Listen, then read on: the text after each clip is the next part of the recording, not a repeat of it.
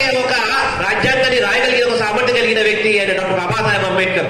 నువ్వు మీ దేశానికి పోయి ఆయన నడుగు రాజ్యాంగం రాయమని అని చెప్తే గత్యంతరం లేక భారతదేశానికి వచ్చి బాబాసాహెబ్ అంబేద్కర్ని డ్రాఫ్టింగ్ కమిటీ చైర్మన్ చేసి ఆయన ద్వారా ఈ దేశంలో రాజ్యాంగం రాయడం జరిగింది.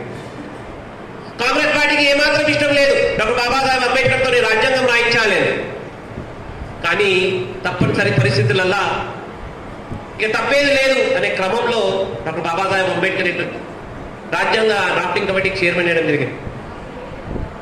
పోనీ మహానుభావుడు రాజ్యాంగం రాసిండు. రాజ్యాంగం రాసిన తర్వాత దాన్ని అమలు చేసి ఆయన లోకార్పణ చేసిన తర్వాత ఆయన ఒక మాట అంటాడు, ఈ యొక్క భవ్యమైన రాజ్యాంగం నేను రాయగలిగిన ఈ రాజ్యాంగాన్ని పాలకులు అమలు చేస్తే ఈ ప్రజలకందరికీ కూడా మంచి జరుగుతుంది. కానీ దీన్ని రాజ్యాంగం సరైన రీతిలో అమలు చేయకపోతే ఈ దేశానికి అన్యాయం జరుగుతుంది అని వారు అనడం జరిగింది. అది విన్న కాంగ్రెస్ సంబంధించిన నాయకులు మనసులో కోపాలు రగులుతున్నాయి.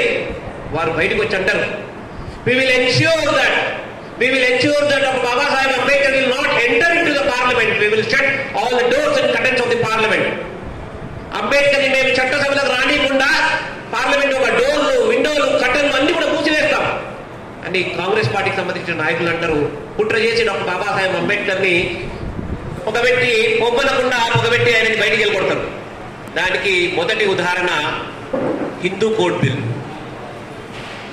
డాక్టర్ బాబాసాహెబ్ అంబేద్కర్ 1951 రాజ్యాంగం రాసిన తర్వాత రాజ్యాంగ సవరణలో భాగంగా ఈ దేశంలో మహిళలకు కూడా విద్యా, ఉపాధి, రాజకీయ అవకాశం రావాలి, ఈ దేశంలో మహిళలందరూ కూడా పురుషుల సమానంగా అన్ని క్షేత్రాల్లో పనిచేయాలి అని హిందూ కోడ్ బిల్ తోని ప్రస్తావన చేస్తే కాంగ్రెస్ పార్టీకి సంబంధించిన వాళ్ళందరూ కూడా ఎవరు కూడా ఆమోదించారు. అది బొంగ, వారు అపహాస్యంగా వాళ్ళని అవహేళన చేస్తున్నారు.